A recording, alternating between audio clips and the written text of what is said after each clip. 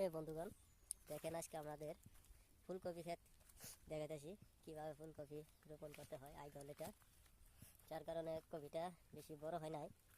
তো আপনাদেরকে দেখাতেছি, তো দেখতে পারবেন কি সুন্দর কপিটা হয়েছে।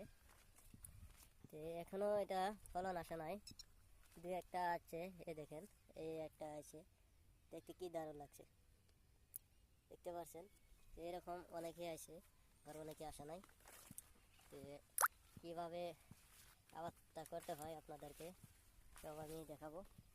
এই যে অনেকেই আছে ফুলকপি, অনেকেই আছে, কিন্তু দেখা যাচ্ছে না।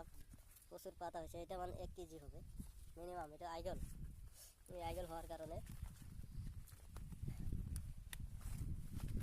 আপনাকে তো ফুলকপিটা দেখালাম। আমি এখানে লাগাইছি বিলাহি লাগাইছি অনেকখানি জায়গা। তো দেখতে পাচ্ছেন, এটা আমি মিনিমাম হেরে 1.5 হাতের থেকে 2 হাত ফাঁদে লাগালে খুব ভালো হয়। আপ ডাউন করাটা ক্লিয়ার। তো হলো আমার উলকপি ক্ষেত, এটা হলো আমার উলকপি ক্ষেত।